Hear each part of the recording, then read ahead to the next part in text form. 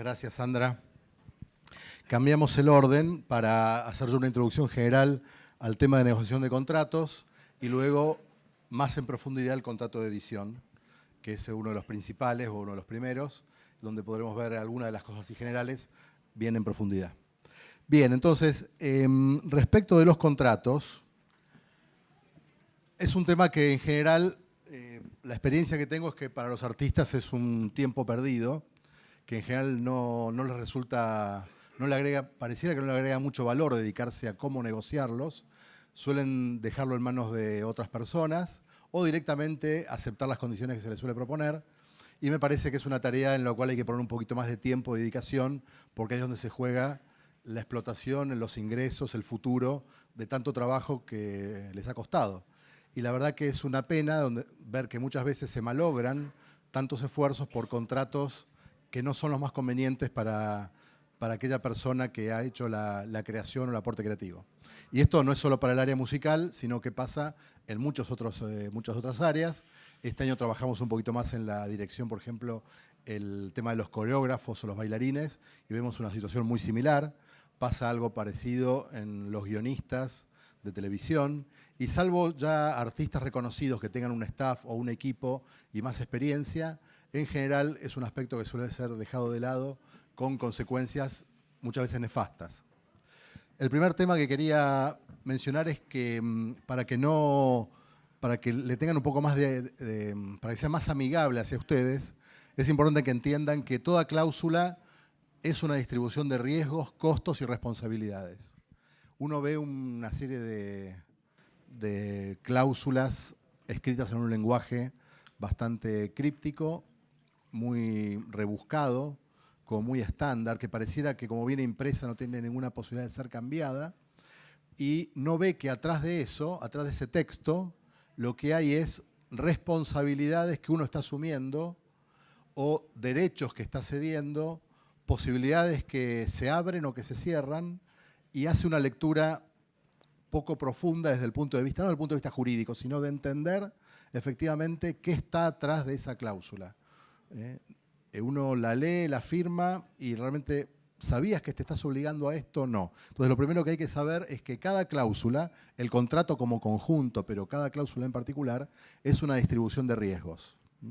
Si alguien asume la distribución, está corriendo el riesgo de tener una serie de ejemplares en ciertos lugares, a cierto precio, recaudando un cierto dinero y pagando una cierta comisión. O sea, bueno, cuando dice la palabra distribución, en sí misma parece que es muy sencilla de entender, pero atrás de la distribución hay una serie de obligaciones concretas en el tiempo y en el espacio a cargo de ciertas personas y con ciertas sanciones en caso de incumplimiento que a primera vista, para los que están muy habituados, saben qué es distribución y todo lo que significa, pero para alguien que lo mira sin este ojo crítico, la palabra distribución parece, bueno, va a entregar y alguien va a recibir. Bueno, pero atrás de eso hay una serie de compromisos que implican riesgos y por lo tanto también responsabilidades y costos. Y esto es así en cada cláusula. La diferencia que hay entre el artista y las empresas es que el artista es el denominado one shooter, dispara una vez sola, o dos, o tres, o cinco, pero no está habituado a negociar y firmar contratos. En cambio, la compañía, que lleva muchos años trabajando, y más todavía si es una compañía internacional, va recogiendo en cada contrato una serie de experiencias que las vuelca en una segunda, tercera, cuarta e infinita revisión del contrato. Con lo cual, cuando una compañía viene con un contrato predispuesto o preformulado, atrás hay años y años de experiencias, buenas y malas, que han contribuido a que mejorara ese contrato de tal modo de que los riesgos no queden del lado de él, que figuró el contrato, sino del otro lado, de quien viene a firmar. Entonces, el contrato predispuesto, sin que lo sepa el one shooter, pero sí lo sabe el repeat player, es un contrato que ya tiene en sí misma todos los riesgos de un lado. Todos los riesgos ya cayeron de un lado, porque no solo lo ha practicado muchísimas veces, sino que además lo practicó en muchos territorios, con muchos artistas, con muchos géneros, y ya sabe exactamente qué riesgos no quiere asumir y qué riesgos le está dejando a la otra parte. El problema de los contratos predispuestos es ese. Y no es un problema solo de la música. Nos pasa a cualquiera de nosotros cuando compramos algo, un electrodoméstico, también un contrato predispuesto. No siempre sabemos qué hay atrás de cada cláusula. Pero el que lo escribió sí sabe, y por algo lo puso. Y por algo luego no lo negocia, o por algo luego no afloja. Entonces es bueno saber por qué está poniendo eso el que lo propuso. Nosotros solemos, los artistas, van y firman algo que propuso otro. Es difícil que el artista proponga, es difícil que el artista negocie. Por eso hay que saber que un contrato predispuesto ya ha hecho la propia asunción de riesgos y la ha puesto de un lado. El tercer punto es que si ustedes van a asumir un riesgo, deben tener capacidad de decisión respecto de ese riesgo. Supongamos, esto pasa en cualquier contrato de seguros, por ejemplo, de un vehículo. Ustedes saben que el contrato de seguro está hecho para que tal persona sea la que conduzca el vehículo y si lo conduce otro, en algunos casos, la póliza de seguro no actúa. Entonces ustedes asumen el riesgo y toman la decisión si le van a prestar el auto a un amigo o no se lo van a prestar. Eso es una típica asunción de riesgo conocida y asumida. Bueno, no siempre un artista sabe qué riesgo está asumiendo y qué decisión debe tomar para evitar ese riesgo. Entonces, esas decisiones tienen que estar en manos de ustedes. Si el riesgo del éxito está en manos de ustedes y no de la compañía, ustedes tienen que tomar la decisión, por ejemplo, artística, de los ritmos, los lugares donde van a tocar, el tipo de acompañantes que van a tener en la banda, el orden que van a aparecer las canciones, lo que fuera. Es una decisión que si el riesgo es de ustedes, tiene que ser de ustedes. Lo que no puede ser es que el riesgo sea de ustedes y la decisión no sea de ustedes. Si el riesgo es de ustedes, la decisión artística también tiene que serlo. Lo que no puede ser es que cedan el riesgo y a su vez cedan la decisión artística en manos de otro, que después los hará cargo de ustedes la pérdida eventual de esa explotación. Y en definitiva, lo que interesa es que no firmen lo que no entienden y tómense el tiempo que sea necesario. No hay urgencia, no hay apuro. ¿Cuánto más va a demorar la firma? ¿Una semana? ¿2 semanas? ¿3 semanas? No importa, 3 semanas no es la vida. No, pero tenemos que volver a verlo. Lo volvemos a ver. No, es que tenemos que discutirlo con no sé quién. Lo tengo que mandar a la matriz. Mandalo. Es que me lo van a devolver, que te lo devuelvan. No hay apuro, salvo que estén realmente muy urgidos, pero sepan que esa urgencia y esa ansiedad les juega en contra.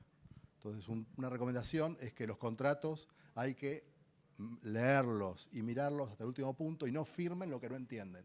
Si lo entienden, lo asumen y lo firman. Si no lo entienden, que me lo expliquen. Ya sea mi abogado, el abogado de la otra parte. A ver, de vuelta. ¿Cómo es esto? Entonces, ¿a qué me obligo? ¿Qué me corresponde? Ah, pero entonces yo no entendí esto. Cuando lo leí me no parecía que dije, no, pero dice eso. Ah, bueno. ¿Lo podemos aclarar? Ah, bueno, lo aclaramos. Si te dicen que no, bueno, aclaralo en un anexo, al pie, lo que fuere. No firmen si no entienden. Como negociar es asumir riesgos, la forma de disminuir el riesgo es tener información. Y esto pasa en cualquier orden de la vida. Tener información es tener certeza y por lo tanto poder negociar mejores condiciones.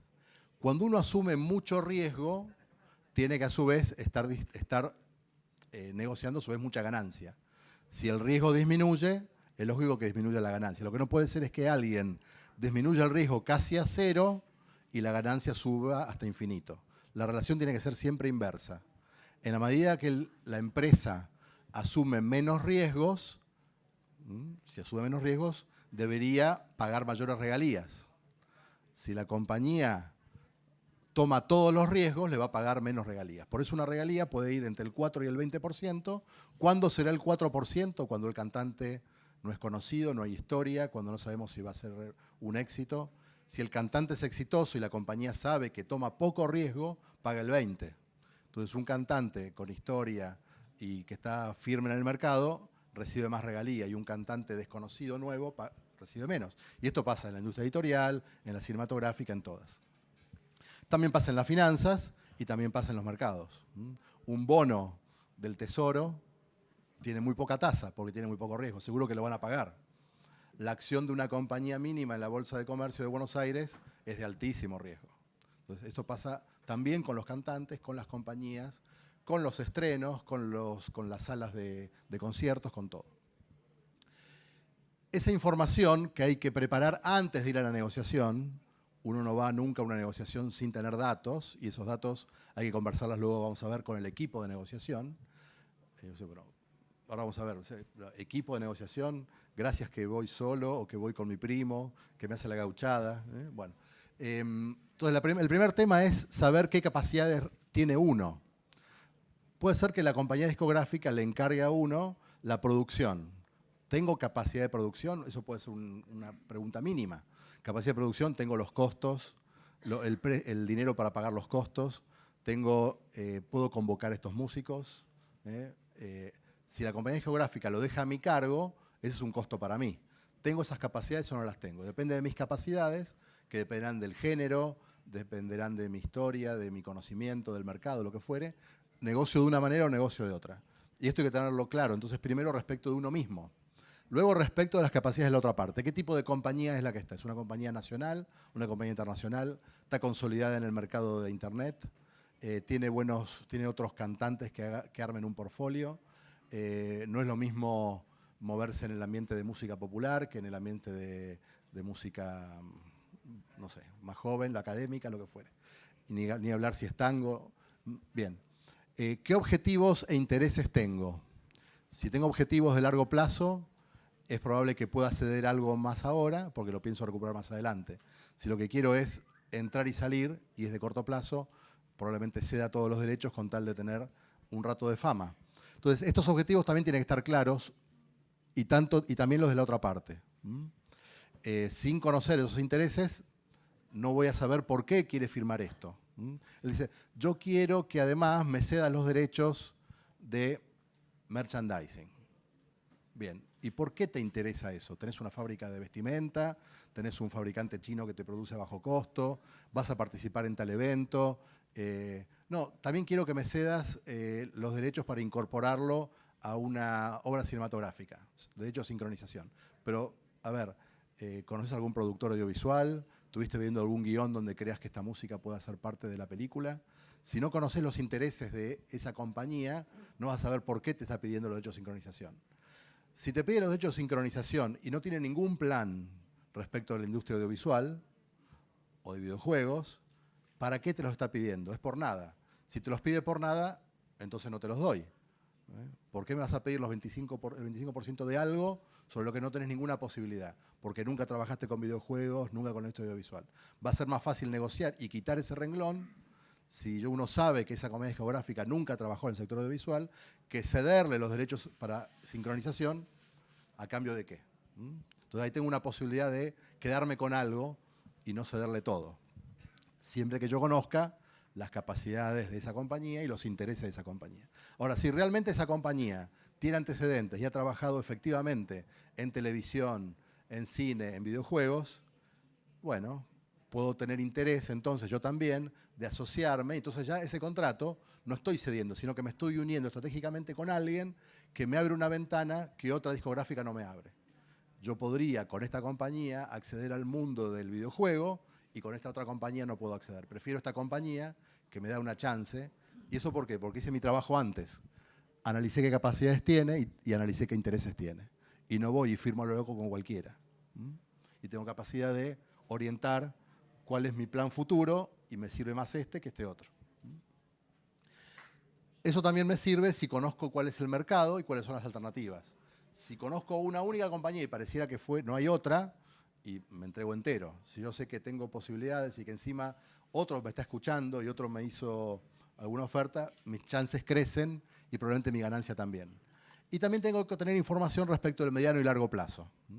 Hace 20 años nadie pensó en el streaming, no había información disponible. Ahora, si hoy día, tal vez a partir de este programa, de este taller, uno se da cuenta que hay una serie de ventanas y tiene posibilidades de planificar en el largo plazo una serie de explotaciones secundarias distintas a las de hoy. Hoy, digo, bueno, estoy largando esto en YouTube para tener una serie de seguidores, pero estoy en condiciones de sumarlo a tal plataforma o de, bueno, estoy trabajando ya en mediano y largo plazo, separo las explotaciones, no pongo todo en un único paquete y puedo planificar distintos lanzamientos o distintos usos de la obra en distintos mercados. Los principales contratos son estos. el artista con el manager o agente, que en general en Argentina a veces hay muchos que son informales y hay que celebrar un contrato y establecer qué porcentaje y qué obligaciones asume.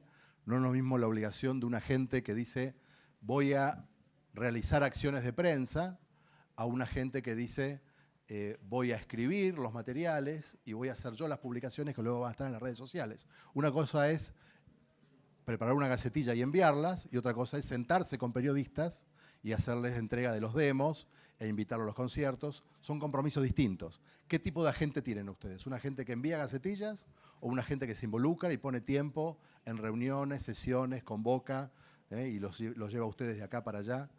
Son distintos roles. Un rol implica un costo, otro rol implica otro. Depende de la agente que tengan, eso va a tener que estar en el contrato. Contrato de edición es el que viene a continuación. Licencia de sincronización, otro tipo de contrato para la introducción de la música en una obra audiovisual. Acuerdos entre coautores. Este contrato es un contrato poco utilizado en Argentina y que es más relevante a partir de la reforma del Código Civil, porque el Código Civil dice que cualquier cotitularidad de bienes que no sean cosas, uno está acostumbrado al condominio de una casa, ¿no? Hay una sucesión, los herederos se ponen de acuerdo, bueno, vos tenés el 30, vos el 20, vos el 50, administramos, y parece que es bastante común que se pongan de acuerdo los herederos sobre cómo administrar una propiedad. Pero no suele haber acuerdos escritos que reglamenten cómo hacemos los coautores o cotitulares para explotar distintas obras. Y puede ser muy distinta, incluso cada canción por separado, y uno puede establecer dentro de una banda distintos porcentajes, ya no solo por todo lo que la banda produzca, sino separando por canciones. Y puede tener distintos porcentajes. Y es posible inscribir así esto también, incluso en la Dirección Nacional de Derecho de Autor o ante SADAIC. Y es posible que uno diga, queremos registrar de este modo el 20, el 10, el 50, lo que fuere, en esta canción, de este otro modo esta otra canción, la obra audiovisual o el videoclip será de otro modo. Entonces, esos acuerdos entre coautores son importantes porque hoy día somos todos amigos, no sabemos qué va a pasar luego, siempre aparece una Yoko Ono por algún lado, entonces es mejor que las cosas estén arregladas y vienen los papeles. Y esto no es para que yo quiera que los abogados tengan más trabajo, pero es para prevenirles de dificultades cuando luego aparecen, ¿no? Los acuerdos con productores para las licencias y venta de ritmos, porque puede ser que la banda tenga algo por separado que ya no es parte de su propio tema, pero toca algo que va a ser incorporado luego en otra producción discográfica o en otro fonograma. Puede haber acuerdos entre los miembros de la banda, ya no de coautoría, sino, por ejemplo, respecto del nombre. O sea, el nombre de la banda es un activo, y el activo, ¿quién lo tiene? Lo tiene la banda. Esto es como Fuenteovejuna, ¿no? ¿Quién ha sido Fuenteovejuna? Fuenteovejuna no es nadie, son todos, pero luego cuando aparecen los problemas, ¿quién usa la marca? ¿Dónde lo pone? ¿Quién decide la gráfica? ¿Quién decide la impresión, el uso para distintos mercados? ¿Qué pasa en caso de separación? ¿Quién la puede usar? ¿Quién no? Bien, ahí puede haber un acuerdo. Acuerdos de inversión para el caso de terceros que están financiando lo que sea, desde un concierto, una producción. Y el acuerdo de inversión no necesariamente es cesión de derechos ni es licencia. El acuerdo de inversión es como un préstamo donde puede ser que el pago sea a través de las regalías, pero simplemente está financiando, no se queda con ningún derecho de autor. Lo que puede ser es que esa inversión, el modo de pago sea los derechos que luego recaude SADAIC o ADI, podría ser. Pero es un acuerdo de inversión distinto al de producción o el de edición, totalmente distinto. A veces vienen todos juntos, pero sería bueno también como separarlo, la inversión por fuera. Producción de música en campaña publicitaria, representación de artistas, productores y autores. A veces el autor es uno, otros son los que la ejecutan y otros son los que la producen, pero tenemos una única obra y puede ser que haya un acuerdo conjunto sobre cómo explotarla y después cómo se distribuyen los ingresos en las distintas fuentes y los distintos flujos, y podrían tener un acuerdo de representación conjunta. Merchandising, si hubiera, que es totalmente distinto y podría quedar por fuera. El de publicidad y patrocinio, en el caso de que la banda o uno de los integrantes o el solista a su vez patrocine productos, eventos o haga publicidad por separado, o los contratos para conciertos y presentaciones en vivo. Hay muchísimos contratos, todos estos contratos tienen por detrás algo en común, y es que hay un derecho de autor, un derecho de propiedad intelectual o un derecho de imagen. que es explotado por un tercero. ¿Por qué? Porque el contrato lo que hace es actuar como vehículo. Tenemos un activo, los derechos de imagen, la marca eventualmente de la banda, los derechos de autor, los derechos del productor fonográfico, los del intérprete, y esos derechos son permitidos en su utilización por un tercero. Y usé esta expresión tan rara, permitidos en su utilización, es un poco rebuscada, porque no quise usar expresamente la palabra cesión. Hay una enorme confusión, y realmente esa confusión a veces trae problemas, entre la palabra cesión y licencia. Y en general las compañías prefieren la palabra cesión, aunque sea por tiempo indeterminado o por un uso limitado, y no usan la palabra licencia. Y mi recomendación es que distingan la cesión, que suele ser transferencia del derecho, a la licencia, que es autorización de uso. Cesión transfiere, ese sería el término o el efecto jurídico preciso. La cesión transfiere. Lo que pertenece a alguien pasa a pertenecer a otro. Es como si fuera la compraventa. La licencia es autorizo el uso limitado en un tiempo, en un espacio, de ciertas potestades, no todas. En cambio, la cesión venta podría ser de la totalidad de mis derechos, y entonces cuando los cedí y no los tengo más, no los puedo recuperar. O para recuperarlos tengo grandes problemas demostrando que esa cesión fue abusiva o lo que fuere. Entonces, ya primera recomendación, cesión de licencia con toda claridad, cuándo es una y cuándo es la otra. ¿Vos qué querés? Yo quiero usar la canción. Entonces no te estoy cediendo. Te estoy autorizando el uso, te estoy licenciando, no me pongas cesión. No, pero si es lo que se usa. Cámbiamelo. Pasa, estoy caprichoso. Y poneme licencia, no me pongas cesión. Hoy me levanté caprichoso. Bueno. Tiempo y paciencia. Lo que van a ver ahí es un poco fantasioso, porque uno no tiene un equipo con un manager, un asesor legal, un asesor financiero y un asesor artístico. Pero estos serían los 4 roles o funciones que sería muy bueno. Las compañías lo tienen, obviamente, ¿sí? No lo tiene el artista individual, pero las compañías tienen estos 4 roles bien diferenciados. Y los grandes artistas también lo tienen. Y no es bueno que el que maneje el dinero sea el mismo que asesore artísticamente. Esa independencia de criterio que necesita el asesor artístico no es lo mismo que quien maneja el dinero y luego el que celebra el contrato o el manager que determina si viajamos, no viajamos, dónde viajamos o qué hacemos, ¿no? Es probable que en una banda hubiera algunos que tengan más predisposición para un rol que para otro. Predisposición no significa necesariamente conocimiento. Saber de finanzas implica saber flujos de fondos, cobranza, recaudación, auditoría, una cantidad de cosas. Ser asesor legal es negociar contratos básicamente y saber de derechos, registros, eventualmente litigios. Ser manager es la administración del tiempo y de las capacidades del grupo o del artista, y el asesor artístico tiene que tener conocimiento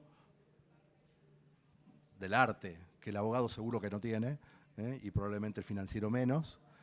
El manager a veces. Lamentablemente nosotros no tenemos estos equipos, y una de las cosas que nos gustaría en la Dirección de Derechos de Autor es empezar a formar agentes más cercanos al manager o al asesor legal, porque es una gran carencia que vemos por lo menos en nuestro país. Hay muy pocos agentes, y esto pasa en la industria editorial, pasa también en el cine. O sea, hay muy pocos agentes que estén en condiciones de brindar tiempo para que los artistas mejoren su desempeño desde el punto de vista de lo económico, no tanto desde el punto de vista artístico, sino desde el punto de vista legal y económico. Hay que tener algún cierto equipo. No es recomendable ir solo. El equipo pueden ser 2. Ya con que haya 2 hay un mínimo equipo. ¿Qué habilidades tiene que tener o cuál debería tener preponderancia en la negociación de contratos? Tiene que ser asesor legal, pero con un mínimo de conocimiento financiero, porque del contrato se desprenden luego los flujos de fondos. El contrato va a decir cuándo tengo que pagar, dónde lo voy a cobrar, cuánto me vas a retener, cuál va a ser el modo de pago y si vas a hacer un descuento por impuestos, tasa de interés, porque lo depositaste en el extranjero y hay un costo financiero, lo que fuere. O sea, puede ser legal con una mínima cosa financiera, ya sería bastante bueno para ir a negociar un contrato. Si no tenemos todos, si no hay equipos, por lo menos tener un asesor legal con una base financiera. Antes de ir a negociar, si es un grupo, una banda, hay que haber acordado los términos y ver si van a ir todos, van a ir algunos, o el que va a ir, a quién va, qué puede decir y qué puede no decir. Si yo fuera una compañía discográfica, no firmaría nunca un acuerdo con una banda si no firman todos. O si no hay un poder de todos respecto de aquel que va a firmar. Desde el otro punto de vista, si ustedes son los titulares de derechos que están en una banda, o otorgan un poder para que alguien firme en nombre de todos, o todos van a tener que firmar el documento final. Elijan el método que elijan, tiene que haber un acuerdo antes de ir a la negociación para saber exactamente a qué nos queremos comprometer. ¿Queremos comprometer un disco, 2 discos? ¿Queremos comprometer 1, 2, 5 giras? ¿Queremos comprometer la producción? ¿Qué queremos comprometer? Recién ahí vamos. Puede haber una primera reunión exploratoria donde vayamos a escuchar, donde no asumimos ningún compromiso ni mostramos ningún entusiasmo. Cara de póker a escuchar. ¿Qué nos ofrecen? Y una vez que sepamos las condiciones de la oferta, nos retiramos, hablamos a solas y todos juntos, o uno en representación de todos, me dirá si a esto, no a esto, quiero este cambio, quiero no este cambio, con el abogado. ¿Sí? Nunca se decide en el momento, nunca se discute los integrantes de la banda delante de la compañía y siempre se va con una posición acordada y si hay algún cambio, nos retiramos. No hay problema, tenemos tiempo, tenemos paciencia y volvemos luego con la posición acordada. No firmo nada que no haya acordado antes con mis compañeros.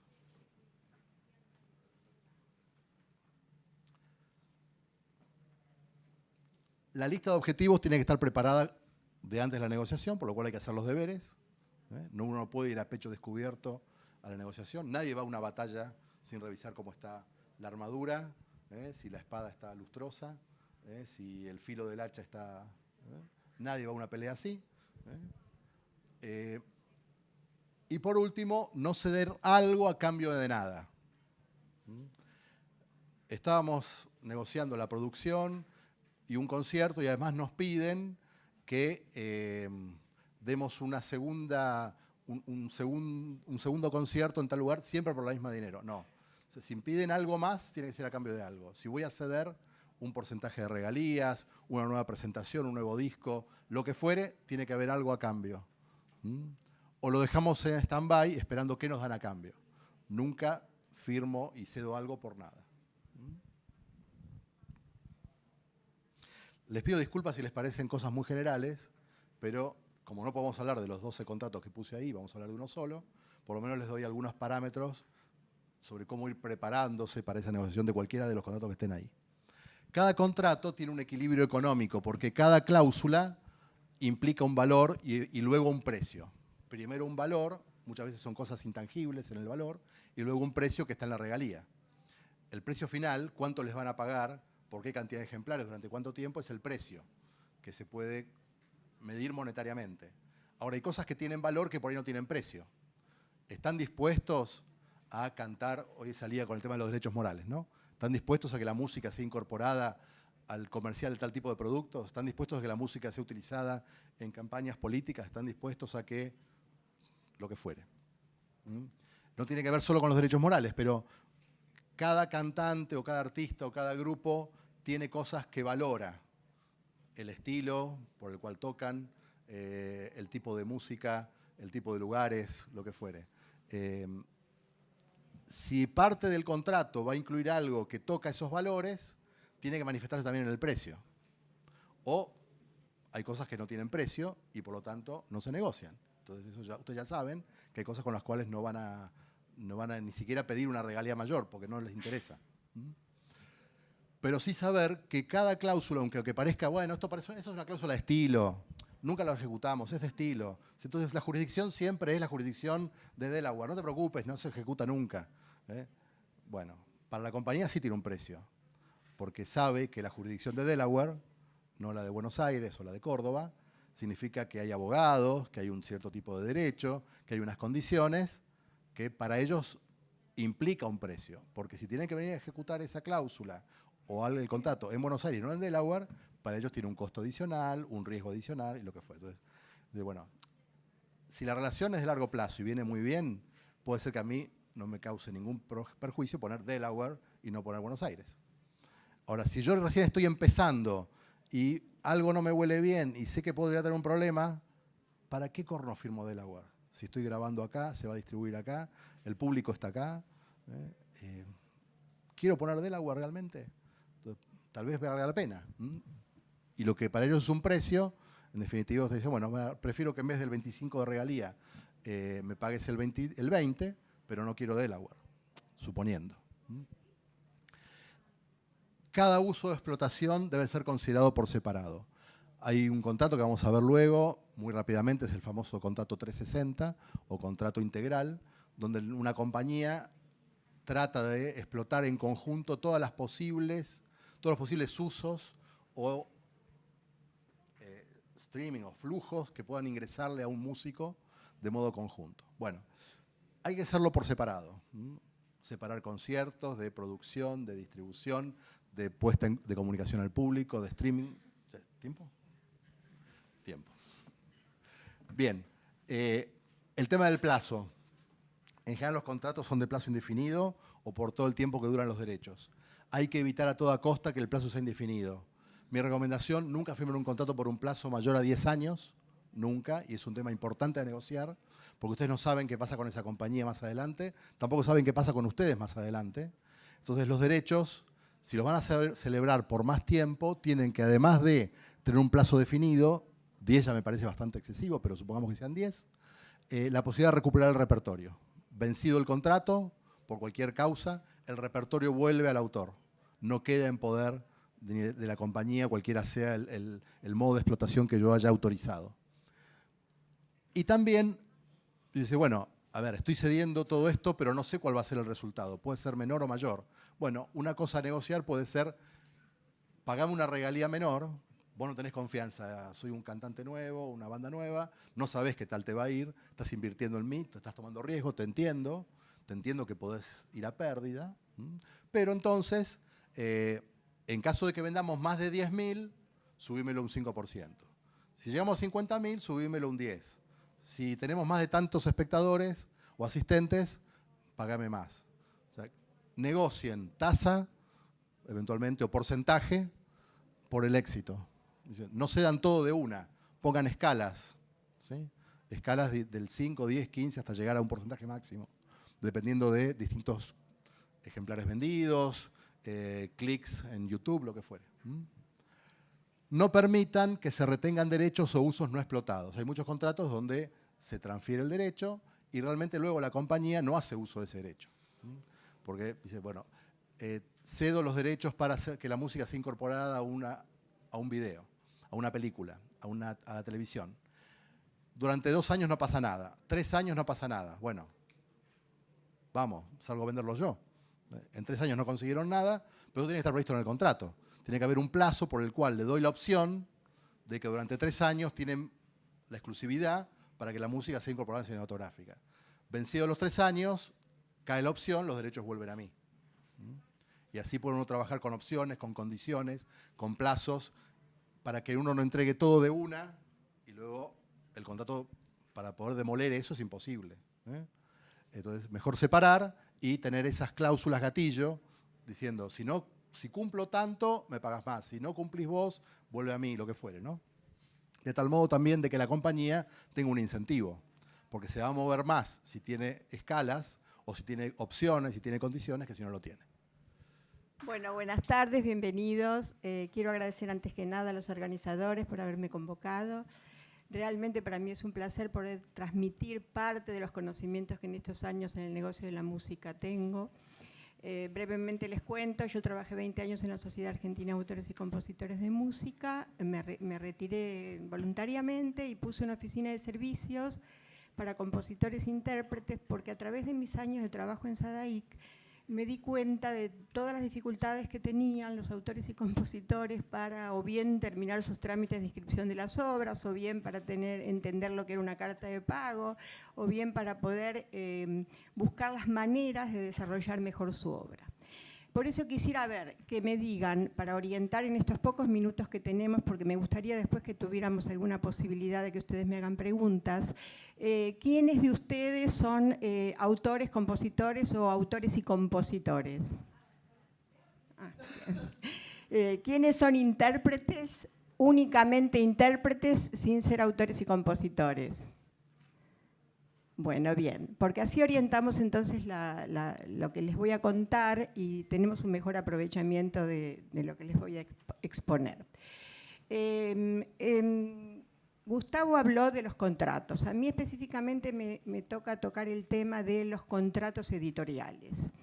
A diferencia de los contratos con compañías discográficas, en las cuales las compañías pueden determinar las condiciones y no todas las compañías ponen las mismas condiciones y ustedes tienen que estar enfocados a todos estos cuidados que Gustavo les comentó, el contrato tipo editorial lo establece SADAIC, por eso se llama contrato tipo, porque es un contrato que consta de 19 cláusulas, las cuales no pueden ser modificadas. Es como lo pone SADAIC y en protección de ustedes esas cláusulas están como SADAIC las determina. Sí, en lo que tienen que ser muy cuidadosos es en algunas cosas sobre las cuales pueden decidir, como ser el territorio. En la primera cláusula se establece para qué territorio ustedes estarían cediendo derechos editoriales, cediendo derechos autorales,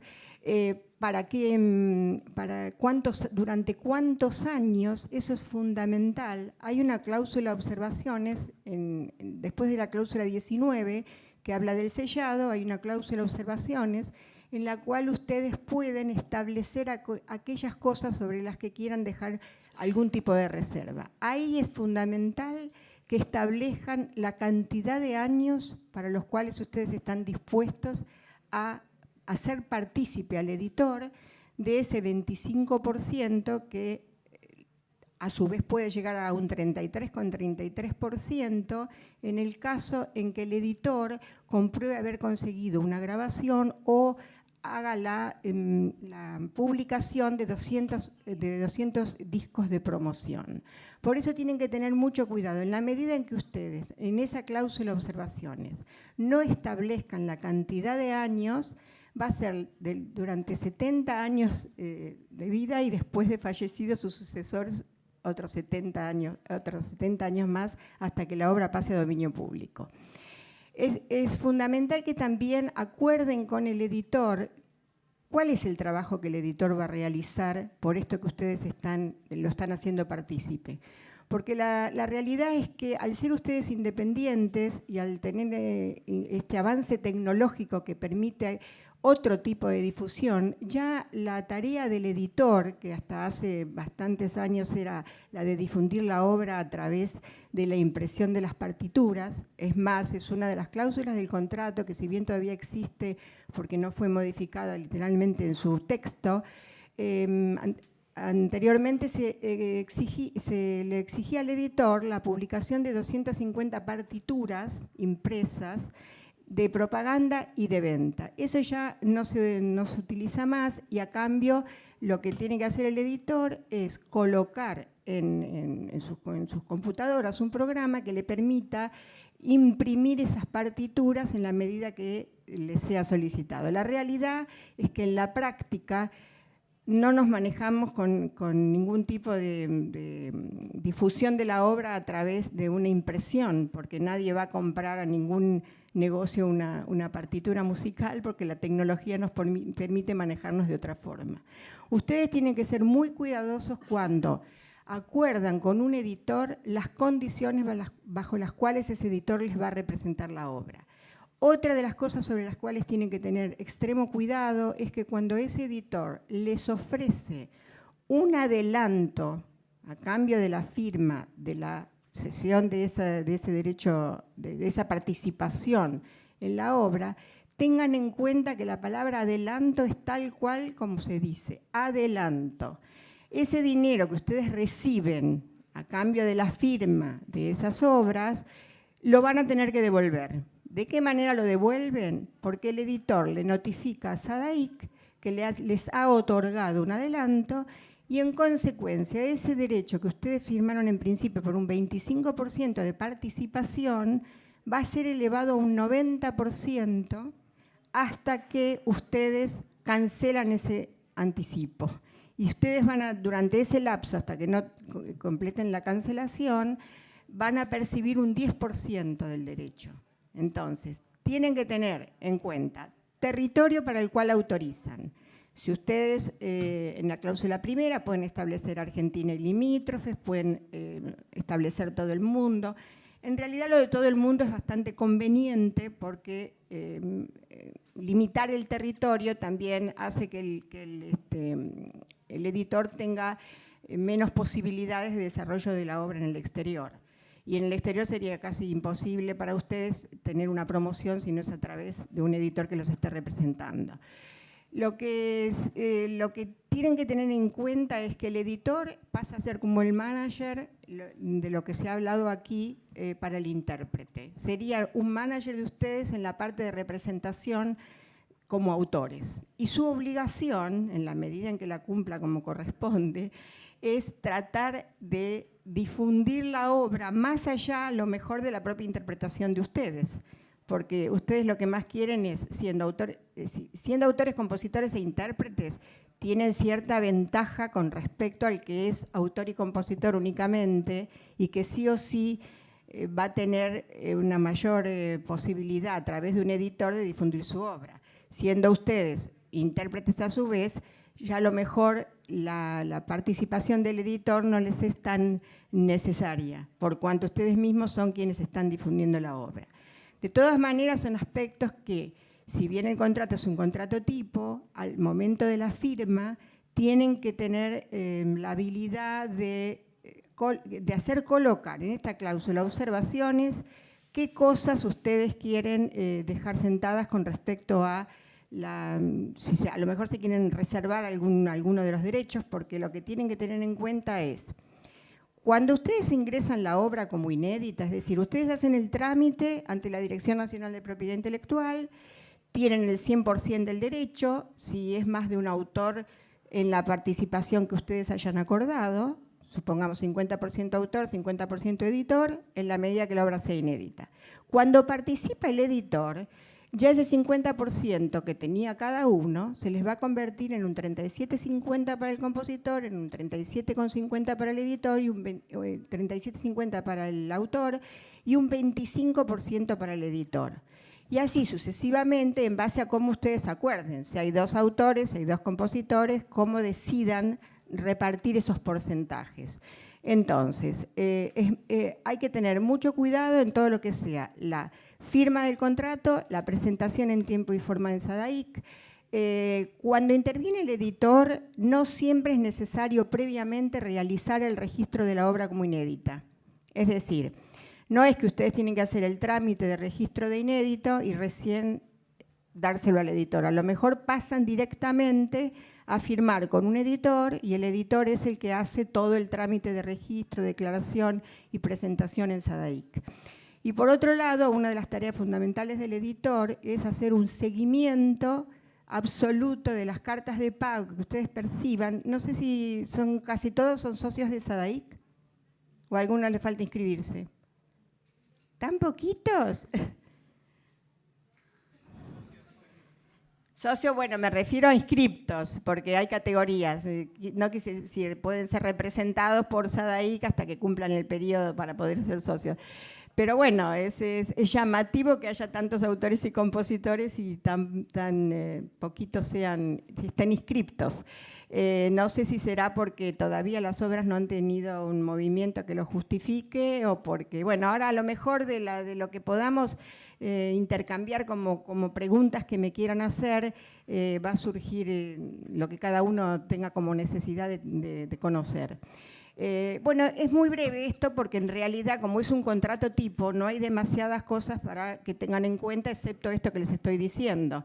No tendrían que estar preocupados por las cláusulas en detalle o tratar de analizar cuestiones que en los casos que explicó Gustavo sí son más complejas, porque las compañías cada una tiene su manera de establecer la propuesta. Sí, cuando yo registré por primera vez en el DNDA, era gratis, ¿no? Hasta 15 canciones. Mi primer registro. Sí, ¿qué pasa cuando se vence el tiempo de registro? Porque me dieron 2 años y ya se vencieron. Y bueno, era de un proyecto que anteriormente tenía con una banda, pero ya no formo más parte de esa banda. Esta banda, firmamos los 3 integrantes que éramos, ¿Qué pasa con las canciones de esa banda? Bueno, tenemos ahí probablemente algún inconveniente que resolver, pero por lo pronto no va a ser gratuita la renovación, simplemente es gratuito el primer registro. La renovación, para que sea renovación, tienen que firmar los mismos que firmaron el trámite original. Si no, tiene que haber una cesión de derechos y hacer eventualmente un nuevo registro en nombre de un único miembro, pero será un nuevo registro sin poder beneficiarse del plazo anterior. Si quieren conservar la fecha inicial, lo ideal sería que todos firmaran. Y si no, si uno de ellos va a quedarse con el total del repertorio de los demás, de lo que han hecho en conjunto, deberían serle derechos a aquel que se quede con el repertorio completo. ¿Ese trámite dónde se realiza? En la misma dirección. Lo que pasa es que el contrato es un contrato simple entre ustedes, de cesión, y van a registrar, van a hacer el nuevo registro, incluyendo el contrato de cesión de derechos en este caso. Bueno, perfecto, gracias. Sí, perdón, son 3 años, no 2. Hola. Sí, respecto a la pregunta que hizo él, en el caso que no haya voluntad, ¿no?, de sus ex compañeros de ceder derechos o de acercarse simplemente al registro, ¿qué alternativa podría haber? La ley dice que en caso de ser autor de letra y música, cada uno tiene la mitad de los derechos, en caso de que no hayan dicho nada. Si son más de 2, se aplica ya el régimen del condominio. El régimen del condominio establece que, no dice específicamente qué pasa con las obras autorales, simplemente dice que algunos actos requieren la unanimidad y otros actos se hacen por mayoría. Si el tema fuera renovar el registro, nosotros interpretaríamos en la dirección que es un acto conservatorio de la propiedad, no un acto de disposición, con lo cual cualquiera de ellos puede renovar el registro en nombre de los demás, en caso de no hubiera acuerdo, pero lo que no podría es ceder sin acuerdo de los demás, salvo que ceda solo su parte. O sea, el condominio distingue este tipo de actos, actos de disposición y actos de administración. La renovación podría ser considerada de administración, pero la cesión o la transferencia sería un acto de disposición.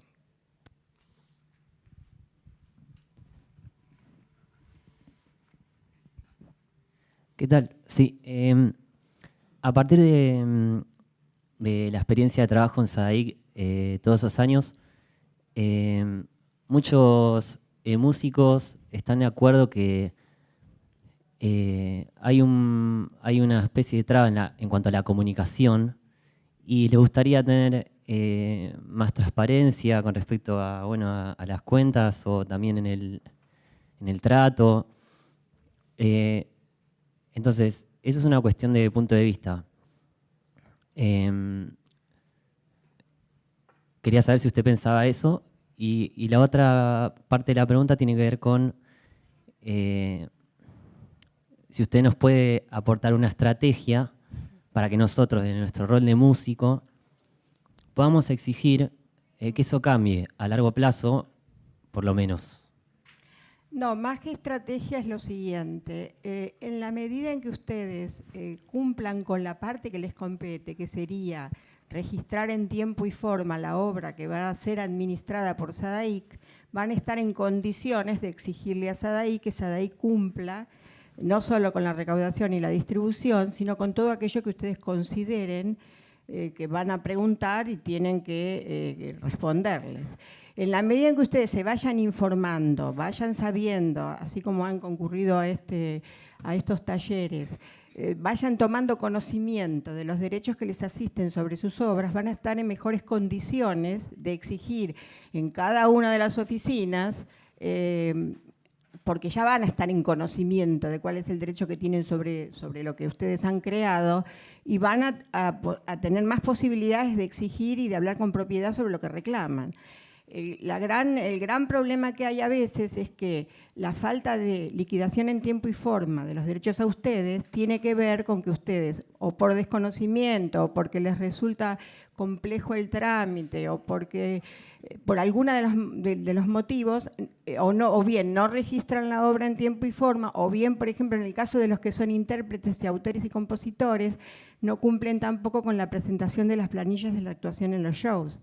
Entonces, a lo mejor ustedes trabajan y trabajan y trabajan durante todo un año, pero no presentan a los 30 días de la actuación o no se han censado como intérpretes y incumplen la parte de presentación de planillas de actuación, y si bien SADAIC fue y cobró en ese local, no tiene manera de distribuir ese dinero porque ustedes no cumplieron con la parte donde le dicen a SADAIC que en ese local, ese día, actuaron con tal repertorio. Entonces, mi consejo es: exijan, pero cumplan previamente con la parte que a ustedes les compete, o sea, de registrar la obra en tiempo y forma, presentar la planilla en el caso de que sean intérpretes, e irse informando cada vez más de en qué consiste el derecho de ustedes, que por lo que veo y la concurrencia que da acá ya lo están haciendo. Y sobre todo, bueno, inscribirse, porque si no se inscriben en SADAIC y están trabajando o no están registrando los temas, son parte que hacen a que ustedes tengan una recaudación como corresponde y que en un futuro no tan lejano puedan ir viviendo de los derechos que ustedes generan. Porque ustedes van a vivir de los derechos que generan en la medida que vayan cumpliendo cada uno de los pasos que tienen que cumplir. Una sola de las cosas que no hagan es una cosa que favorece a SADAIC en la no liquidación, porque ahí sí van a tener una excusa, de alguna forma, por decir, no declaraste en tiempo y forma, no presentaste la planilla de intérprete, entonces, eso es lo que, si bien es agotador subir al 5º piso, ir al primer piso, ir al 2º piso, o les dicen vení mañana, vení pasado, pero bueno, no importa, en la medida que a su vez los vayan conociendo, de que no vencen su capacidad de perseverar y de ir y reclamar y demás, van a ver cómo van a tener resultados y entonces van a ir de alguna forma consiguiendo en tiempo y forma la liquidación de esos derechos. Otra cosa que tienen que hacer es, cuando reciben el pago cuatrimestral, que es mediante la carta de pago, revisar la carta de pago, ver en esa carta de pago si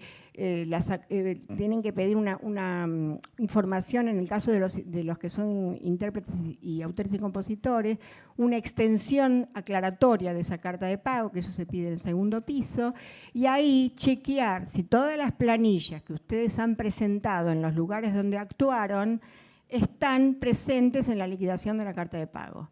Porque a veces hay lugares que no cumplen en tiempo y forma con el pago del derecho, eso entra en gestión de cobro en el área jurídica, y ¿qué sucede? Que ustedes nunca cobran a pesar de haber actuado, a pesar de haber presentado la planilla. Entonces, tienen que ser muy cuidadosos y aprender a leer la carta de pago. Ver si en esa carta de pago están lo que ustedes pueden controlar, que es eso, porque el resto de lo que sea ejecución en radio, televisión, van a tener que aceptar lo que SADAIC les liquida, porque indudablemente eso es un área que no es tan tangible como el caso de una planilla de actuación. Un breve comentario respecto de estos temas de SADAIC. De las entidades de gestión colectiva que tienen mandato legal en Argentina, que son 6, solamente SADAIC tiene fiscalización estatal. Y hay un auditor que lo designa el Ministerio de Justicia y recibe reclamos y quejas de asociados. Y esos reclamos y quejas a veces se discuten en la asamblea. Entonces hay que ver a ese representante, que en definitiva está para resguardar los derechos de los asociados. Y luego también tienen que participar ustedes de la asamblea. La última asamblea fue hace 2 meses más o menos. Y ahí se discutieron una serie de temas, parece que había cierto debate, pero en el momento de votar se votó por unanimidad no presentar ningún reclamo. Entonces también tienen que estar presentes en las asambleas, reiterar si hubiera algún tipo de reclamo y que quede constancia en el acta, que no sea por unanimidad, de que esos reclamos siguen pendientes. Y perseverar. Perseverar y que no les ganen por cansancio de dejar de ir si hay un reclamo que ustedes están seguros que les corresponde, un derecho que no lo han liquidado o alguna cuestión que estén reclamando. Una última pregunta, porque estamos ya... Sí. Para Miriam, una pregunta acá. Miriam, sabemos que vos has trabajado con varios músicos para crear editoriales, Sí. ¿no? Entonces sería muy importante poder transmitir, primero, qué beneficio tiene un músico en el hecho de tener una editorial y si hoy en día es imprescindible estar en una editorial para cobrar un porcentaje de lo que se denomina comúnmente como vuelco en SADAIC. No, en absoluto. La obra puede ser inédita y pasar de inédita a grabada, sin pasar por por lo que se llama la edición en papel. El tema del vuelco, bueno, en líneas generales les explico en qué consiste. Ya creo que se habló en uno de los expositores anteriores, pero la recaudación de SADAIC la mayor parte de la recaudación de SADAIC tiene que ver con el dinero que recauda en lugares donde no hay respaldo de planilla para su liquidación. Es decir, para ser prácticos, la radio hace una planilla de transmisión, televisión hace una planilla de transmisión, por lo cual SADAIC, al momento de procesar el dinero que le cobró a esos usuarios, sabe exactamente a quién le tiene que pagar, porque en esa planilla de transmisión está el título de la obra y están los autores participantes de esa obra. El grueso de la liquidación, que sea música en shopping, en todo lo que anteriormente se explicó, shopping, calecitas, peloteros, aviones, micros de larga y corta distancia, de larga distancia, todo eso significa mucho más recaudación que lo que se les denomina dinero propio. El dinero propio sería ese que pagó la radio, la televisión, que se sabe que tiene planilla de transmisión. Entonces, ¿qué toma SADAIC para repartir ese dinero que por eso se llama el concepto vuelco? Toma aquellas obras que hayan sido grabadas, no editadas, no necesariamente editadas, pueden ser inéditas, grabadas, y que hayan pagado a SADAIC y hayan demostrado haber vendido más de 500 unidades. Entonces, ¿qué hace SADAIC? Procesa primero todo el dinero que tiene que ver, llamado dinero propio, que es ese dinero originado por la obra genuinamente a través del usuario que pagó, ya sea radio o televisión, y una vez que procesó ese dinero propio, lo hace partícipe proporcionalmente de toda esa gran masa de dinero que no tiene a quién pagarle porque no sabe a quién le corresponde. Entonces, al cabo de cada cuatrimestre, primero procesa el dinero propio, o sea, planilla y obra, y después lo hace partícipe de la parte de vuelco. Pero no necesariamente la obra tiene que pasar por la edición, sino sí por la grabación, porque SADAIC, para repartir ese dinero, parte de la base que la obra fue difundida mediante un disco.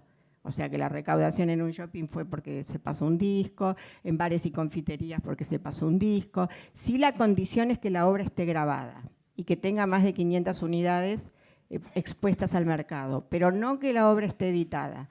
O sea que eso lo tienen que tener bien claro porque cuando firmen un contrato editorial, ante la decisión de firmarlo, vean cuáles son las contraprestaciones que le puede llegar a dar el editor que les está ofreciendo esta posibilidad.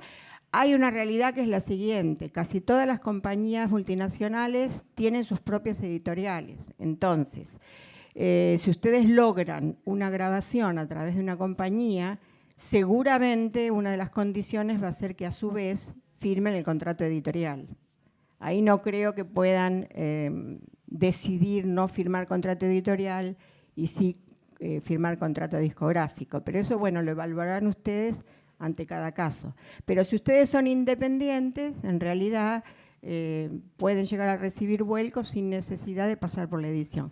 Y lo otro que me preguntabas era la ventaja de tener una editorial para los músicos. Bueno, la editorial para el músico es que conserva el 100% sobre el derecho de su obra. Y hay también una cuestión impositiva que, bueno, en definitiva igualmente después lo tienen que declarar, pero es que SADAIC, como es agente de retención del impuesto a las ganancias, al momento de efectuar la liquidación cuatrimestral, ya hace una mayor retención al importe liquidado como autor y un porcentaje menor a la participación, 2,6% al derecho que les paga por la parte de editorial. Lo que pasa es que después, indudablemente, al momento de presentar la declaración jurada anual, ahí habría posibilidades de descontar gastos, una serie de cosas que permiten pagar la diferencia del impuesto a las ganancias, y no es retenida anticipadamente como en el caso de la proporción que cobran por la parte de autor. No sé si fui clara. Hay como una posibilidad de descargar gastos que tengan que ver con la actividad editorial y pagar la diferencia del impuesto que les corresponda. sin tener anticipadamente una retención. Muchas gracias, Gustavo y Miriam. Aprovecho para hacerles, bueno, primero un aplauso a los ponentes, por favor.